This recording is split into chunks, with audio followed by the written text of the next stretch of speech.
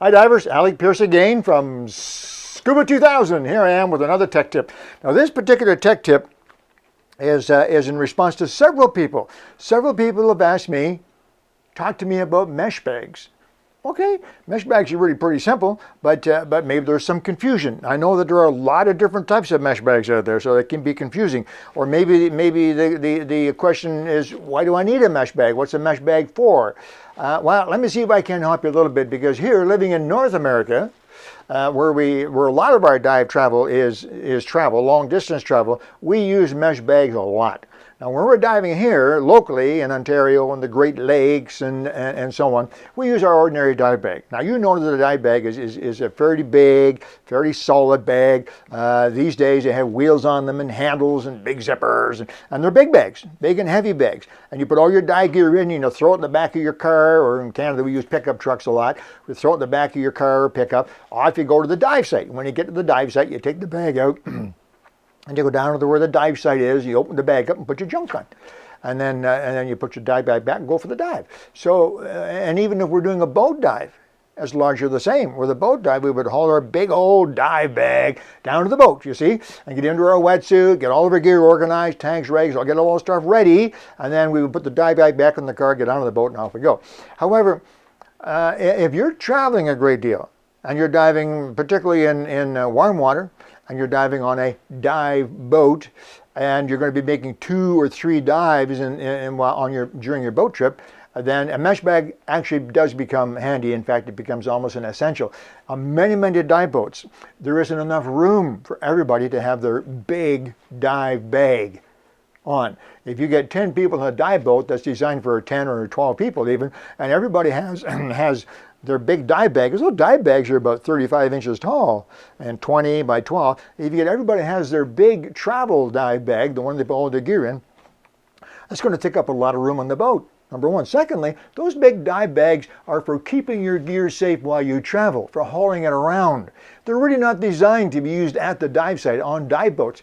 And if you look at them, you'll see why. They usually have a lot of different zippers, a lot of Velcro, and different attachments and so on to them. They're really not, it's not really good to be taking them onto a dive boat where they're going to get splashed with salt water, maybe get sand on them and so on. It's going to wear them out very quickly. So there's not enough room. It's not good for the bag. So generally speaking, when we travel south on a dive boat, we do not use our dive bag. That's where the mesh bag comes in, you see? So here's the typical scenario. We would pack all of our gear at home for our week-long, 10-day, 2-week dive trip. And then down in the bottom of our dive bag, the very bottom, we would put a mesh bag, maybe a mesh bag like this. You see, it's made of mesh. It's very light, and weigh almost anything. Lay it down the bottom. It doesn't take up any space at all. Down it goes. Then we put in our suit and our fins and our BC and all that junk goes in there. Pack it in nice and tightly.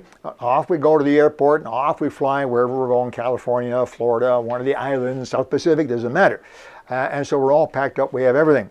Now, when we get to our destination, say we're staying at a resort, let's say we're down in the South Pacific, let's say we're in Palau, and we finally get to Palau, Guam, Palau, and we get to our dive resort. We haul our dive bag, big dive bag, into our room, and then when we get a few minutes after we relaxed and had maybe a tropical cocktail or two, then we take our big dive bag, unzip it, flip it open, and we take everything out of that big dive bag that we're going to need for our first dive the next morning.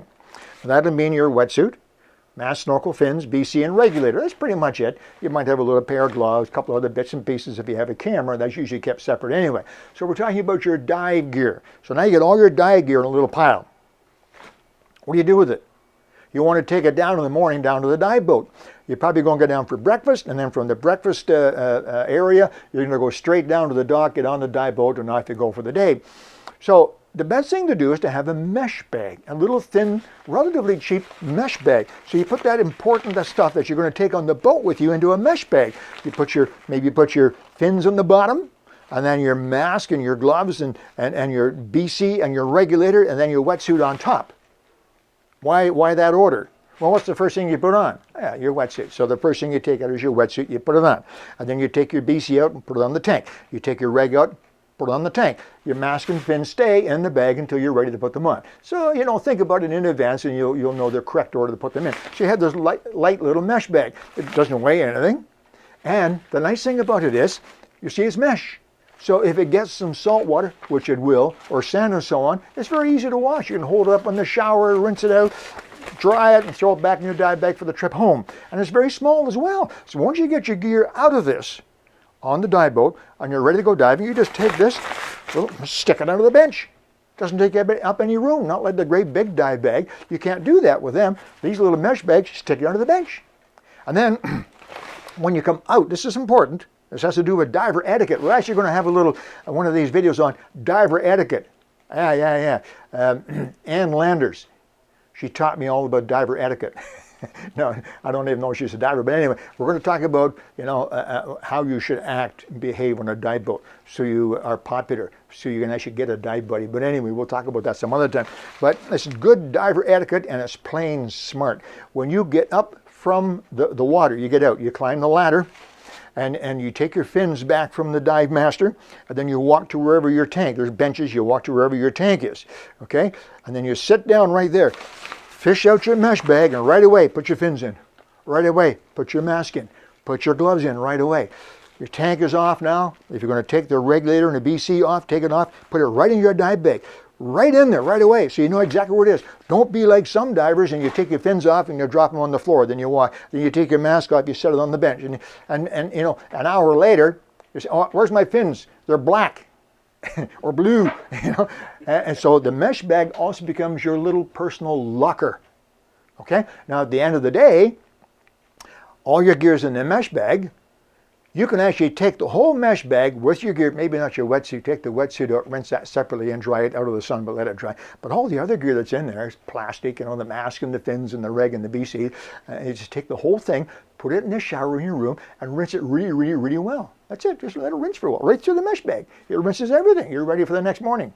You don't need to do a complete soak and rinse till the end of the week. No point doing it every day. You don't really need to. So with the mesh bag, you see, you can rinse everything without taking it out of the mesh bag. If you want to. Maybe your friends are waiting downstairs for another tropical cocktail and you want to do it quickly. Rinse it quickly in the shower, leave it there. Off you go. So the mesh bag can be really, really handy. Now the mesh bag I just showed you is what's called a standard 30-inch. They're usually somewhere between 25 and 35 inches, but a standard 30-inch. And they're made standard 30-inch for a simple reason. Every fin that's made will fit in there. Well, maybe except for those great big monster fins that some of the free divers use, but most fins that scuba divers use, whether it's a small or a medium or a large fin, they will all fit into what's called a standard 30-inch bag. And then your rest of the gear goes on top. Here's another example, little different type of mesh. This is a little heavier, okay?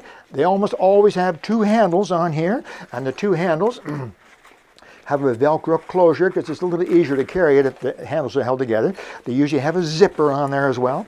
A small thing that people, I've seen this done lots of times, I've done it myself once or twice, a small thing that people don't realize that these two handles for carrying actually work as a backpack too. You see that? You can actually put it on your back and bring it like this, and if it's really heavy and is hurting, then take the two handles, put them together in front of you, and off you go. So they're pretty versatile. Relatively inexpensive. You can buy a good mesh bag for as little as $25 or $30.